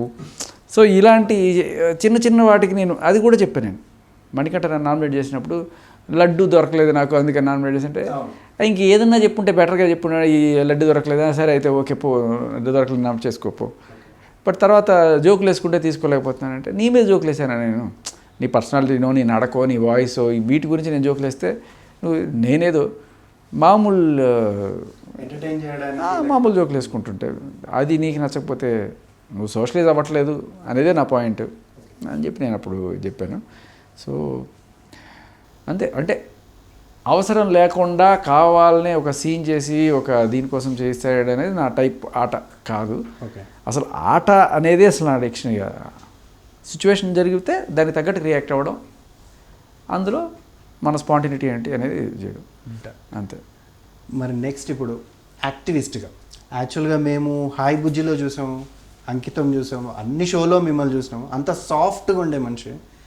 ఎందుకు ఇలా యాక్టివిస్ట్ ఇంత వైలెంట్గా రియాక్ట్ అవుతున్నారు మీరు? ముందు ఆవిడ ప్రేమించింది, తర్వాత నేను ప్రేమించాల్సి వచ్చింది. అది ఊహించింది కదా, అలా జరిగిపోయింది స్టార్టింగ్. బట్ ఏది జరిగినా మనకి దేవుడు ఒకటి దీనికోసం నువ్వు అన్నట్టుగా చెప్పాడు అనిపించింది. సో జరిగిన దానివల్ల నన్ను కొంత పెద్దవాడిని చేశారు. దీనివల్ల సరే శేఖర్ మాట చెప్తే దానికి ఒక వాల్యూ, అలా వినేవాళ్ళు కొంతమంది ఉన్నారు. సో ఇది మంచికి ఉపయోగించి ప్రస్తుతం నిజంగానే ఏదన్నా మనం సొసైటీలో ఒక మంచి చేయగలమా, ఒక మంచి చేంజ్ తీసుకురాగలమా అని ఆలోచించి దానికి తగ్గట్టుగానే నా నెక్స్ట్ యాక్టివిజం ఉండబోతుంది. సో ఎవరైతే మన మీద చూపించిన ప్రేమ ఏదైతే ఉందో, అభిమానం ఏదైతే ఉందో, దాన్ని క్యాష్ చేసుకోవడం కన్నా దాన్ని ఒక మంచి కాజ్ కోసం ఉపయోగించడం అనేది నా పాయింట్. రాజ్ తరుణ్ ఇష్యూలో మీరు ఇన్వాల్వ్మెంట్ అనేది ఎందుకు అయ్యారు అసలు? యాక్చువల్లీ నేనేమి కావాలని ఇన్వాల్వ్ అయింది కాదు, ఊరికి మామూలుగా మీడియాలో ఇట్లాగే క్వశ్చన్ అడుగుతున్నప్పుడు నాకు అనిపించింది, నేను చెప్పాను. ఓకే. తర్వాత నెక్స్ట్ 2-3 రోజులు అవుట్ ఆఫ్ ఇంట్రెస్ట్ నేను కొన్ని డీటెయిల్స్, అది కూడా పబ్లిక్ డాక్యుమెంటే, ఎవరు తెప్పించాలో నేను చూపించాను. అప్పటితో కథ మారిపోయింది, యూటర్న్ అయిపోయింది. ఓకే. మీకు ఫ్రెండా రాజ్ తరుణ్? ఇప్పుడు ఫ్రెండ్, ఇప్పుడు మంచి ఫ్రెండ్. అప్పట్లో అసలు ఫ్రెండ్? అప్పుడు ఊరికే మామూలు పరిచయం. నువ్వు అలాగా కూడా కాదు, కరెక్ట్గా చెప్పాలంటే మీడియా ఫ్రెండ్ అన్నమాట. అంతే. అంటే ఎందుకు ట్రిగ్గర్ అయ్యారు మీరు ఆ సీన్స్ వల్ల? సో అట్లాంటి కేసులకి ఎందుకు ట్రిగ్గర్ అయ్యారు? అలా ట్రిగ్గర్ ఏం లేదు, కళ్ళ ముందు జరుగుతున్నది చూడండి, మీరు ఎందుకు ఈ క్వశ్చన్లు అడగట్లేదు, మీరు అడిగితే చాలు, నేను అడగక్కర్లేదు, మీరు అడిగినా సరిపోతుంది ఈ క్వశ్చన్స్ అని చెప్పి నేను వాళ్ళకి సాక్ష్యాలు సప్లై చేసేవాడిని. ఓకే. లేదు మీరే వచ్చి మాట్లాడండి అనేవాళ్ళు. ఓకే, సరే మాట్లాడాము. రాజ్ తరుణ్ కేసులో ఆ అమ్మాయి నేను మైనర్గా ఉన్నప్పటి నుంచి ఇలా కేసు జరిగింది. కామెడీ రాజ్ తరుణ్ చిన్నవాడు ఆ అమ్మాయి కన్నా. ఓకే. రాజ్ తరుణ్ ఆమె కన్నా 1 year చిన్నవాడు. ఒకవేళ అలాంటిదైనా పెట్టాలంటే రాజ్ తరుణ్నే పెట్టాలి తప్ప ఆవిడ ఎట్ట పెడుతుంది? ఓకే. కాకపోతే మగదరిద్రులకి అలాంటి ఆప్షన్లు ఏం లేవు అనుకుంటా. ఓకే, రాజ్ తరుణ్ కూడా పెట్టొచ్చు కదా కేసు. పెట్టచ్చు, కాకపోతే అందరూ కూడా జరగనివి జరిగినట్టుగా పెట్టరు, ఉన్నవి పెడతారు. కొంతమంది సిచ్యువేషన్ తగ్గట్టుగా ఏది ఉన్నా వాడుకుందాం అనుకుని పెట్టేవాళ్ళు ఉంటారు. మీరు లా కూడా బాగా స్టడీ చేసి ఉంటారు కదా, సెక్షన్స్ కూడా తెలుసు. ఏవైతే సెక్షన్స్ వాళ్ళు పెట్టినారో అవే సెక్షన్స్ అబ్బాయిలు కూడా పెట్టొచ్చు కదా. అదే అంటున్నా, జరగంది పెట్టడం వేరు, ఉంది కదా నాకు ఈ సెక్షన్ నేను పెట్టుకోవచ్చు కదా అని పెట్టడం అనేది కరెక్ట్ కాదు. ఇప్పుడు అందులో చూసినట్టయితే 493 పెట్టినారు, బిఎన్ఎస్సి 69 పెట్టినారు, 364 కూడా పెట్టినారు నాకు తెలిసి. ఇవన్నీ వచ్చేసి దాదాపుగా 1860, అంటే దాదాపు 160 years జరుగుతుంది. అంటే అప్పటి నుంచి అబ్బాయిలందరూ సప్రెస్ అవుతున్నారు అంటారు. కాదు కాదు కాదు, అప్పట్లో లేవు, ఇవి రీసెంట్గా వచ్చినట్టున్నాయి. ఈ 69, 68 అని ఇప్పుడు బిఎన్ఎస్ వచ్చేసిన తర్వాత ఇవి ఇంకా పెనం మీద నుంచి పొయ్యిలో పడ్డట్టే ఉంది తప్ప ఏ రకమైన ఇది లేదు. బట్ ఖచ్చితంగా ఇది నీకు ఐడియా ఉంది కాబట్టి చెప్తున్నా, అడిగావు కాబట్టి. 69 ఇక 68 చూడాలి నువ్వు. బిఎన్ఎస్ 68, భార్య అయినా సరే నువ్వు 20 ఏళ్ళ తర్వాత సంసారం చేసిన తర్వాత వీడు ఇవాళ నన్ను నాకు ఇష్టం లేకుండా తాకాడు అని వెళ్ళి కేసు పెట్టచ్చు. 5 నుంచి 10 ఏళ్ళు జైలు శిక్ష ఉంటుంది దానికి. సో దీన్ని పాపులేషన్ కంట్రోల్ చేయడానికి ఏమన్నా వాడుతున్నారా అనేది నా డౌట్. సో ఇది కొంచెం వెరీ అన్ఫెయిర్ సెక్షన్స్ ఇట్లాంటివి ఉన్నాయి. వీటి మీద మనం పోరాడకపోతే రేపు మగాడికి రోజు కాదు, పెళ్ళిళ్ళు చేసుకోవడానికి మగాడు అనేవాడు ముందుకు రాడు. పెళ్ళి అనేది ఖచ్చితంగా మగాడికి ఒక నష్టమే తప్ప ఏ రకమైన ఇది ఉండదు. వాడికి బిక్కుమంటూ బతకాల్సింది తప్ప. వాడు తప్పు చేసినా నన్ను సినిమాకి తీసుకెళ్ళలేదు, నీ మీద కేసు పెడతారు. ఆ ఉల్లిపాయ కట్ చేయమన్నా చేయలేరు, నీ మీద కేసు పెడతారు. సో లిటరల్లీ నీ తప్పు లేకపోయినా కూడా నువ్వు శిక్ష భరించాల్సిన పరిస్థితిలో ఉన్న చట్టాలు ఉన్న టైమ్స్లో బతుకుతున్నాం మనం. అంటే అమ్మాయి వెళ్ళి కేసు పెడితే ఎఫ్ఐఆర్ అవుతుంది, కానీ అబ్బాయి వెళ్తే ఇది ఇంకోటి. ఇది చట్టం కాదు, ఇది పోలీసు వ్యవస్థ అలా ఉంది ప్రస్తుతం. పోలీస్ వ్యవస్థ ఇది కూడా మార్చుకోవాలి మనం. ఓకే, అంటే అందులో కూడా పోలీస్ వాళ్ళకి ఎవరైనా కానీ కూతుర్లు ఉండొచ్చు. సో ఆ పాయింట్ ఆఫ్ వ్యూలో ఎందుకు పోలీస్ వాళ్ళ మీద కేసులు పెడుతున్నారు? ఓకే, కొంతమంది వెళ్ళి డైరెక్ట్గా పోలీసుల మీద కేసు పెడుతున్నారు. ఒక ఎస్పీ మీద పెట్టింది ఒక అమ్మాయి కేసు. ఓకే, సో అది ఎఫ్ఐఆర్ అయింది కాలేదు, ఎఫ్ఐఆర్ కాలేదు. ఓకే, కంప్లైంట్ పెట్టి మీడియాకి ఎక్కి ఇది చేస్తున్నారు. అంటే పోలీసులు కాబట్టి ఆపుకోగలుగుతున్నారు. నీళ్ళని అలౌడ్ అంటే అయితే ఏమి లేకపోయినా కూడా ఎఫ్ఐఆర్ పెట్టేసి ఇది చేస్తారు. అంటే తెలిసినవే ఇప్పుడు మనం బయటకు వచ్చినవే కొన్ని ఉన్నాయి, కానీ తెలియనివి చాలా ఉన్నాయి. అంతే, చాలా ఉన్నాయి. నేను దీంట్లో దిగిన తర్వాత నాకు ఎక్కడెక్కడి నుంచో, ఒరిస్సా నుంచి, కర్ణాటక నుంచి పెద్ద ఐపీఎస్ ఆఫీసర్లు ఫోన్ చేసి మీరు చేస్తుంది చాలా కరెక్ట్ అండి, ఒక చేంజ్ అయితే రావాలి సిస్టంలో అని చెప్పి వాళ్ళు చాలా గట్టిగా చెప్పారు. నాకు కొంచెం ధైర్యం కూడా వచ్చింది అలా చెప్పడం వల్ల. ఓకే, నా మాటలో నిజం ఉంది అని అందరూ నమ్ముతున్నారు. ఖచ్చితంగా దీనికోసం ఏదైనా చేయాలి మనం. చలో ఢిల్లీ, అంతే. Very happy. తర్వాత అంటే తను మీడియా ముఖంగా కూడా చెప్పాడు. సో నేను రావడం వల్ల తనకి కాస్త ఆ చెడ్డ పేరు నుంచి ఒక మంచిగా చూస్తున్నారు జనాలు ఇప్పుడు. తను సినిమాలోనే కాదు రియల్ లైఫ్లో కూడా హీరోగా గుర్తించారు. ఓకే, బిగ్ బాస్ చూసారా మరి? చూసాను, నా కోసమే చూసేవాట. ఓకే, చెప్పాడు నాకు వచ్చిన తర్వాత చెప్పాడు. ఓకే, మోర్ ఇంటూ ఇప్పుడు కొత్తగా చూసినట్టయితే జానీ మాస్టర్ కేసు. సో మీ వాయిస్ ఉండబోతుంది ఆయనలో? అంటే జానీ మాస్టర్ గారి గురించి ఇంకా నా దగ్గర ఏదైనా సాలిడ్ ప్రూఫ్లు అయితే ఏం లేవు. ఓకే, బట్ బయట నుంచి చూస్తే మాత్రం మనకి ఏమర్థమవుతుందంటే ఒక 5 ఏళ్ళు, సరే అది 16 ఏళ్ళ నుంచి ఉన్నారా 17 ఏళ్ళ నుంచి ఉన్నారా అని చూస్తే ఒక 5 ఏళ్ళు కలిసి ఉండి సడన్గా ఒక రోజున ఏదో గొడవ అయితే వెళ్ళి నేను కేసు పెట్టేయచ్చు నేను. ఓకే, అది గొడవగా కొట్టుండొచ్చు, తిట్టుండొచ్చు, ఏది కొడితే కొట్టాడని పెట్టు, తిడితే తిట్టాడని పెట్టు. బట్ 376 ఆర్ 69 ఇలాంటివి అంటే చాలా పెద్ద నేరాలు. వీటికి 10 ఏళ్ళు జైలు శిక్ష, వీటికి రిమాండ్. ఆ రిమాండ్కి పోవడం వల్ల జైలుకి పోయి వచ్చాడు, రేపిస్టు అని చెప్పి సంఘంలో ముద్రపడి ఆయన ఫ్యామిలీ. అంటే ఒక అమ్మాయికి అన్యాయం జరిగిందని చెప్పి చేస్తున్నారు. బట్ వాళ్ళ ఆవిడ, పిల్లలు, రేపు వాళ్ళందరూ రేపు ఈయన లేదండి ఇందులో న్యాయం ఉందని చెప్పి కోర్టు తీర్పు కూడా చెప్పచ్చు. కానీ అప్పటికి ఏమవుతుంది? జరగాల్సిన దారుణం అయితే జరిగిపోయింది కదా. సో అది అంటే సెక్షన్స్ ఏమైనా మిస్యూజ్ అవుతున్నాయా అని ఎక్కడో ఒక చిన్న డౌట్ నాకు. 5 ఏళ్ళు ఉన్నారు కదా. ఇప్పుడు ఇంకోటి ఏంటంటే ఆవిడ పోక్సో కూడా ఏదో పెట్టినట్టు. పోక్సో అంటే 16 ఏళ్ళు ఉన్నప్పుడు జరిగిందో 17 ఏళ్ళు ఉన్నప్పుడు జరిగిందో అని చెప్పి చెప్తున్నారు. బట్ ఒక రిలేషన్లో ఎంటర్ అయ్యేటప్పుడు సరే నువ్వు ఒక అమ్మాయి పరిచయం అయింది, నీకు పరిచయం అయినప్పుడు ఆ అమ్మాయి డేట్ ఆఫ్ బర్త్ సర్టిఫికేట్ వేసుకున్నాను తిరుగుతూ ఉంటుందా? నీకేమన్నా నీ కళ్ళ నుదుటి మీద కనబడుతూ ఉంటుందా? ఆ అమ్మాయి చెప్పిందా చెప్పలేదా అనే విషయం ఎవరు ధృవీకరిస్తారు? ఇప్పుడు ఆయన జాయిన్ మాస్టర్ ఆవిడతో ఉన్నారు, అప్పుడు ఆవిడకి 16 ఏళ్ళ 17 ఏళ్ళ, ఆవిడ 18 ఏళ్ళని చెప్పుండొచ్చు, 19 ఏళ్ళని చెప్పుండొచ్చు. నేనేమి చెప్పారా లేదా, ఆయన 16 ఏళ్ళు అన్న తర్వాత కూడా అడ్వాంటేజ్ తీసుకున్నాడా అనే దానికైనా ప్రూఫ్ ఉందా? ఆవిడ ఈయనకి క్లియర్గా నాకు 16 ఏళ్ళు అని చెప్పిందా, చెప్పినట్టు ప్రూఫ్ ఏమైనా ఉందా? ఇంకోటి ఏంటంటే డీ జోడీ లాంటి ప్రోగ్రామ్స్కి 18 ఏళ్ళు ఉంటే కానీ తీసుకోరు. మరి దానికోసం వాళ్ళు 18 ఏళ్ళు అని చెప్పారా? ఆ చెప్పడం వల్ల ఈయన కూడా 18 ఏళ్ళు అనుకొని ఈయన ప్రొసీడ్ అయ్యాడా అనేది కూడా మనం చూడాల్సిన లెక్క ఉంది. బట్ ఏదేమైనా కూడా మనిషిని చూడగానే వీళ్ళు 16 ఏళ్ళు వీళ్ళు 18 ఏళ్ళు అని ఎవరు చెప్పలేరు. కొంతమంది చిన్నగా ఉన్నప్పుడే పెద్ద ఏజ్ ఉండొచ్చు, కొంతమంది పెద్ద ఏజ్ ఉన్నా కూడా చిన్నగా కనిపించవచ్చు. ఓకే, దీని వెనకాల ఇప్పుడు జానీ మాస్టర్ కేసు అనేది ఇప్పుడు ట్రెండింగ్. మీరు ఆల్రెడీ దీని మీద రీసెర్చ్ స్టార్ట్ చేసి ఉంటారు, చాలామంది మీకు కాల్ చేసి ఉంటారు. అంటే మీకు వచ్చిన ఫీడ్ ఏంటి, positive or negative feed? Surprisingly ఇద్దరి మీద కూడా పాజిటివ్ ఇమేజే ఉంది బయట. ఓకే, నేను ఆ అమ్మాయి గురించి ఎంక్వైరీ చేసినప్పుడు కూడా ఆ అమ్మాయి ఇంతకుముందు ఎవరి మీద ఇట్లా కేసులు పెట్టిన అమ్మాయి కాదు, అండ్ ఆ అమ్మాయి ఏదో డబ్బుల కోసము ఎక్స్టార్షన్ కోసం ఇట్లాంటివి చేస్తున్న అమ్మాయి కాదు అనే విషయం నాకు చాలామంది క్లోజ్ సర్కిల్స్లో తెలుస్తున్నమాట. అండ్ అలాగే జానీ మాస్టర్ గారు కూడా ఆయన కొరియోగ్రాఫర్స్ తోటి ఎప్పుడు కూడా ఇలా బిహేవ్ చేయలేదు అని చెప్పి వాళ్ళందరూ కూడా నాకు కనుక్కుంటే తెలుసునమాట. సో మధ్యలో ఎవరన్నా సరే ఈ అమ్మాయిని ఎక్కేసి దాని ద్వారా లాభం పొందారు, గొడవ ఏదో జరిగింది అనేది లైట్గా తెలుస్తుంది ప్రైమా ఫేస్లో. అది ఏ రకమైన గొడవ తెలియదు, బట్ ఆ గొడవని పెద్దది చేసి దాంట్లో ఈయన ఇరికిచ్చారు. ఎందుకంటే తప్పు ఎవరిదున్నా మగాడైతే వెళ్ళి కేసు పెట్టలేడు. సో ఆ ఆప్షన్ ఉండేది ఈవిడికే. సో వీడు పెట్టింది ఆర్ పెట్టించారా, ఆ పెట్టించి దాన్ని పెద్ద చేస్తున్నారా అది తెలియాలి. అంటే మీ వాయిస్ ఉండబోతుంది అనమాట నిజాలు తెలుసుకున్న తర్వాత. కానీ తను అయితే వెరీ టాలెంటెడ్, అది అందరికీ తెలుసు. మనం మ్యాక్సిమం అన్ని వీడియోస్ చూస్తూ ఉన్నాం కాబట్టి. అంటే ఏదో వర్క్ లేదు అని కూడా కాదు, షీఈ్ ఎలిజిబుల్, అంటే చాలా మంచి టాలెంటెడ్ కాబట్టి.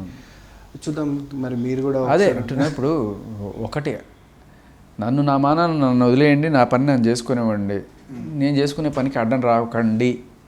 నేను ఏదో ఎక్కడో వేరే చోట కొరియోగ్రాఫ్ చేసుకుని నేను నా కాళ్ళ మీద నేను నిలబడి బతుకుతాను, నాకు నచ్చిన నేను పెళ్లి చేసుకుని నా జీవితం నేను బతుకుతాను అని ఒకవేళ ఆ అమ్మాయి అనుంటే, లేదు ఇన్నాళ్ళు నాతో రిలేషన్లో ఉన్నావు కదా, దానికి సమాధానం ఏంటి? సో ఉన్నట్టు నన్ను మోసం చేసి వెళ్ళిపోతావా అని ఏమన్నా ఆయన సైడ్ నుంచి ఆవిడని గట్టిగా అడగడం వల్ల ఆవిడ నచ్చ చెప్పుకునే ప్రయత్నం చేసో, లేకపోతే ఆయన వెనకో, లేకపోతే ఏదైనా ఈ నుంచి బయటపడడానికి ఆవిడేమన్నా ఇలా కేసు పెట్టి, అంటే జరిగింది ఇదైతే దానికి రేప్ కేసు పెట్టి ఈయన్ని భయపెట్టి ఇంకోసారి నా జోలికి రాకు అని చెప్పడానికి చేసిన ప్రయత్నమా? ఒకవేళ అలాంటి ప్రయత్నం ఏదైనా చేస్తే అది ఖచ్చితంగా తప్పు. ఎందుకంటే బెదిరించాడా, 506, లేకపోతే ఏదైతే అది బెట్. బట్ ఈ రేప్ సెక్షన్స్ని మిస్యూజ్ చేస్తున్నారా అనే ఒక చిన్న బాధ ఉంది నాకు. అక్రమ సంబంధాలు నా ప్రాబ్లం కాదు, అక్రమ కేసులే నా ప్రాబ్లం. ఓకే, అంటే మీరు ఒక స్టోరీ లాగా ప్లాటింగ్ చేసుకొని ఇలా జరిగి ఉంటుంది, లేకపోతే ఇలా అంటే ఉంటుంది, లేకపోతే ఈ సెక్షువల్ అసాల్ట్ ఏదైతే ఉందో ఇట్లాంటివి పెట్టకూడదు. అదే ఇప్పుడు జనరల్గా ఇప్పుడు సరే ఏదో రకమైన పరిస్థితిలో అబ్బాయి అమ్మాయి లవ్లో ఉన్నారు, ఒక స్త్రీ పురుషుల రిలేషన్లో ఇద్దరిలో లవ్ ఏర్పడింది, కొన్నాళ్ళ రిలేషన్ నడిచింది. సడన్గా ఒకరోజు ఒక అమ్మాయి లేకపోతే ఆ రిలేషన్లో ఉన్న అమ్మాయి, నాకు నువ్వు వద్దు, నేను వెళ్ళిపోతా, నేను ఏదో నాకు ఇంతకైనా బెటర్ సంబంధం వచ్చిందో, లేకపోతే బెటర్ అబ్బాయి దొరికాడు, లేకపోతే నాకు అసలు నీతో ఉండడం ఇష్టం లేదు, ఏదో అయింది, వదిలేసి వెళ్ళిపోయింది. ఏం చేయాలి అప్పుడు? అబ్బాయి మూసుకొని ఆడిపోయిన ఆడు వెళ్ళిపోతాడు, వెళ్ళిపోవాలి అంతే. అదే రివర్స్లో జరిగింది అనుకో. ఓకే ఓకే ఓకే అబ్బాయి వదిలేసి వెళ్ళిపోయాడు, ఈ అమ్మాయిలు కేసు పెట్టేసి 373 ఇంతకుముందు, ఇప్పుడు 493 ఇప్పుడు 69. సో ఇలాంటివి ఏదైనా పెట్టచ్చు. ఇక్కడ మగాడికి ఈ రకమైన సెక్యూరిటీ లేదు. ఓకే, ఇప్పుడు ఎమోషన్ ఎవరికైనా ఎమోషన్. ఇప్పుడు రేప్ అనేది మగవాడు మాత్రమే చేయగలరు, ఆడవాళ్ళు చేయలేరు, సరే అది పక్కన పెట్టి. ఇప్పుడు ప్రేమ మనసు అనేది ఇద్దరికి మనసు ఉంటుంది, మగాడికి మనసు ఉండదా? వాడికి ఫీలింగ్స్ ఉండవా? అమ్మాయి వదిలేస్తే వాడు బాధపడ్డా, వాడు చచ్చిపోతే ఊరేసుకొని చట్టం ఏ రకమైన గ్యారంటీ ఇవ్వట్లేదు కదా మగాడికి. నువ్వు సావు ఏమైనా అయిపో, మాకు అవసరం లేదు, మగాడితో సంబంధం లేదు, మగాడికి చట్టం లేదా, హక్కు లేదా, మగాడు ఓటు వేయట్లేదా, మగాడు ట్యాక్స్ కట్టట్లేదా? ఇదే నా ప్రాబ్లం. ఇప్పుడు ఈవిడ వెళ్ళి కేసు పెట్టు. ఇప్పుడు జానీ మాస్టర్కి ఆవిడ వెళ్ళిపోవడం వల్ల ఆయనకి గుండె రగిలిపోయింది, లేకపోతే ఆయన వదిలేయమంటుంది, ఆయన జీర్ణించుకోలేకపోతున్నాడు అనుకుందాం. నిజానికి ఇద్దరికీ ఒక మాట చెప్పచ్చు. ఓకే. అబ్బాయి అయినా అమ్మాయి అయినా ఒక పర్టికులర్ పాయింట్లో వద్దు అనుకుంటే వద్దు, ఎవరు ఇబ్బంది పెట్టకండి అని చెప్పి ఒక పెద్దరికమైన చట్టం చేయండి, ఓకే. తప్పులేదు. ఒకళ్ళకి మాత్రం మీరు పెడితే ఇంకొకళ్ళు ఏమవుతుంది అప్పుడు, ఓకే నాకు చట్టపరమైన ఏ రకమైన రక్షణ లేనప్పుడు నేనేం చేస్తాను, అనైతికమైన అచట్టమైన చట్టపరం కాని అన్యాయం. ఇప్పుడు మనం చూస్తున్నాం కొన్ని చోట్ల యాసిడ్లు పోస్తుంటారు, దాడులు చేస్తుంటారు. సో వాడు ఇవన్నీ చేయకుండా చట్టపరంగా ఏదైనా మీరేమైనా రక్షణ కల్పిస్తున్నారా? లేదు కదా. ఎందుకు జరుగుతున్నాయి మరి ఇట్లాంటివన్నీ? మీరు చట్టపరంగా వాడు వెళ్ళి అవును నన్ను ఈ అమ్మాయి పెళ్లి చేసుకుంటా అని చెప్పింది, ఇన్నాళ్ళు తిరిగింది, నాతో అంతంత ఖర్చు పెట్టించింది, ఎంతంత ఖర్చు పెట్టించింది, ఇవాళ నాకు వదిలేసి వెళ్ళిపోతుంది అని చెప్పి వాడు చెప్పుకుంటే వినే నాదుడు ఎవడు లేడు కదా. కానీ ఆ అమ్మాయి ఇవన్నీ ఆ అమ్మాయి చేసినా వాడితో ఎన్ని ఖర్చు పెట్టించుకొని ఎంత తిరిగినా కూడా ఆ అమ్మాయి ఒకరోజు వాడు వెళ్ళిపోతుంటే ఆ అమ్మాయి వాడి మీద అప్పటికీ కేసు పెట్టి ఎంతో కొంత మళ్ళీ కావాలంటే కాంపన్సేషన్ తీసుకోవచ్చు, లేకపోతే కోర్టుకు వెళ్ళి వాడిని చేయొచ్చు. దీనికి తోడు మన పోలీస్ సిస్టమ్ రెడీగా ఉంటుంది. నువ్వు తీసుకురండి వాడిని లోపల వేయండి. కొంతమంది పోలీసులు ఆఫీసర్లు అయితే కొంచెం ప్రలోభ పెట్టేవాళ్ళు ఉంటే నువ్వు నాకు 30 లక్షలు ఇస్తావా 50 లక్షలు ఇస్తావా నీ మీద కేసు రాకుండా చూస్తాను, ఇలాంటివి నడుస్తుంటాయి. ఇంకోటి వీళ్ళు కేసు ఒకటి పెట్టడానికి వెళ్తే అక్కడ ఇది కాదు నువ్వు ఇట్లా పెడితే నిలబడదు, ఇలా సెక్షన్లో చెట్టు ఇది రాయి, ప్రైవేట్ పార్ట్స్ మీద కొట్టాడు, అబార్షన్ చేయించాడు, ఇలా ప్రతి దానికి ఒక్కొక్క సెక్షన్ పడుతుంది, ఇవన్నీ రాయండి అని చెప్పి చెప్పిస్తారు. దానికి సాక్ష్యాలు ఏం అవసరం లేదు, ఏదో ఒక దెబ్బ ఎప్పుడో ఒక జరిగింది ఇది చాలు, ఇది చూపించు మేము వేసుకుంటాం సెక్షన్లు. కోర్టులో ఎట్టకు నిలబడవు. కానీ ఏదో ప్రైమా ఫేసి ఉందని వాళ్ళు పెడతారు, అప్పటిదాకా వాడిని బజార్కి ఇచ్చి మీడియా ముందు అందరి ముందు దోషం చేస్తారు, వాళ్ళ ఫ్యామిలీకి ప్రాబ్లం అవుతుంది. అంటే చట్టాలన్నీ రైట్గానే ఉన్నాయి కానీ అబ్బాయిలు వాడుకుంటలేరు అంటున్నారా? లేకపోతే చట్టం లేదనే కదా చెప్తున్నా. అసలు అబ్బాయిల కోసం చట్టమే లేదు. ఓకే. అమ్మాయి వదిలేసి వెళ్ళిపోతే నువ్వు ఏం అడగలేవు, అబ్బాయి వదిలేసి వెళ్ళిపోతే అమ్మాయి నీ మీద కేసు పెట్టచ్చు. ఇది ఏ రకమైన న్యాయం? ఇది మీరు ప్రోత్సహిస్తున్నట్టు కదా అబ్బాయిల్ని, మీ న్యాయం మీరే చేసుకోండి అని చెప్పి చట్టం వాళ్ళు లేకపోతే మీరు తీసుకోమని చెప్పి అనడం కరెక్ట్ కాదు కదా. దాంట్లో ఎవరైనా మీ చెల్లెలో మన చెల్లెలు ఎవరైనా ఉండొచ్చు, అది వాళ్ళకి రేపు ఏదైనా జరిగితే. సో ఎప్పుడైతే మీరు అబ్బాయిలను కూడా చట్ట రక్షణ కల్పిస్తారో వాళ్ళు కూడా చట్ట ప్రకారం వెళ్తారు. లేదంటే ఇద్దరికి చెప్పేసేయండి, ఒకళ్ళు వద్దు అనుకున్నప్పుడు వద్దు, when they say no it's no, అబ్బాయినా అబ్బాయిని వదిలేసేయండి అంతే. జానీ మాస్టర్ కేసులో అయితే ఖచ్చితంగా మీ వాయిస్ కావాలి, అది ఇద్దరికీ హెల్ప్ఫుల్ అవుతుండొచ్చు. ఎందుకంటే ఇప్పుడు మీడియా అనేది చిన్నగా మజాక్లాగా అయిపోయింది. ఇప్పుడు మెల్లిమెల్లిగా ఒకటి తర్వాత ఒకటి వచ్చిన కొద్ది ఏమవుతుందంటే మీడియా మీద ఇంట్రెస్ట్లు పోయేది, నమ్మకాలు కూడా పోయే పాసిబిలిటీస్ వస్తాయి. మీడియా ఇప్పుడు డివైడ్ అయిపోయింది. ఇప్పుడు ఏదో ఒక ఇష్యూ వచ్చిందనుకోండి, ఒక పార్టీ కొమ్ముగాసే మీడియా ఒక రకంగా చూస్తుంది, ఇంకో పార్టీ కొమ్ముగాసే మీడియా ఇంకో రకంగా చూస్తుంది. సో ఎవరి ఇంట్రెస్ట్లు వాళ్ళకు ఉన్నాయి. ఓకే. అంతా మీడియా ఒకటే చెప్పాలని లేదు, దట్స్ ద బ్యూటీ. అన్ని యాంగిల్స్ బయటకు వస్తాయి దీంట్లో మనకి. కాదన్నా మరి ఇన్నిగానే జరుగుతున్నాయి కదా, దీనికోసం మరి మీరు ఏం చేయాలనుకుంటున్నారు? ఏమైనా ఫ్యూచర్ ప్లాన్ ఏమైనా ఉందా మీకు? ఇది ఇప్పుడు ఈయన జానీ మాస్టర్నో లేకపోతే ఇంకొకళ్ళనో ఎంతమందినైనా నేను రోజు వచ్చి కాపాడడం ఇది కాదు. నువ్వు రా నా వెనకాల పోదాం, ఢిల్లీ పోదాం, కూర్చుందాం. ఏమిటిది మగాళ్ళకి జరిగే అన్యాయం? మీరు ఇంత దారుణంగా ఇట్లా సెక్షన్లు పెడితే మగాళ్ళకే కాదు, మగాళ్ళ వల్ల మళ్ళీ రేపు ఆడవాళ్ళు కూడా హామ్ అయ్యే ఛాన్స్ మీరే కల్పిస్తున్నారు. మీరు ఎయిదర్ ఒకటే లా పెట్టండి, మగాడికి ఒక లా, అమ్మాయిలకు ఒక లా, ఇలాంటి లాలు పెట్టకండి. అదే నా పాయింట్. ఓకే డన్ అన్న. ఖచ్చితంగా మీ వాయిస్ ఇప్పుడు మళ్ళీ అన్ని ఛానల్లో చూడాలి మేము, మీరు వచ్చి ముందు మాట్లాడండి ఖచ్చితంగా. అండ్ బిగ్ బాస్ రీఎంట్రీ కూడా జరగాలని చెప్పి కోరుకుంటున్నా. మరి అప్పుడు ఇక్కడే మాట్లాడేదేవారు మళ్ళీ వచ్చాక మళ్ళీ మాట్లాడుకుందాం అన్న, టైటిల్ తోటి రండి. అండ్ చిన్నోనికి కూడా పేరు పెట్టండి తొందరగా, వీఆర్ వెయిటింగ్. శేఖర్ భాష కొడుకు పేరు ఏం పేరు? ఇంకెంత 10 రోజులు డార్లింగ్, 21వ రోజు ఓకే అనౌన్స్ చేస్తా పేరు. Okay done. Nice talking to you అన్న, thanks for coming. Thank you Murali. Thank you.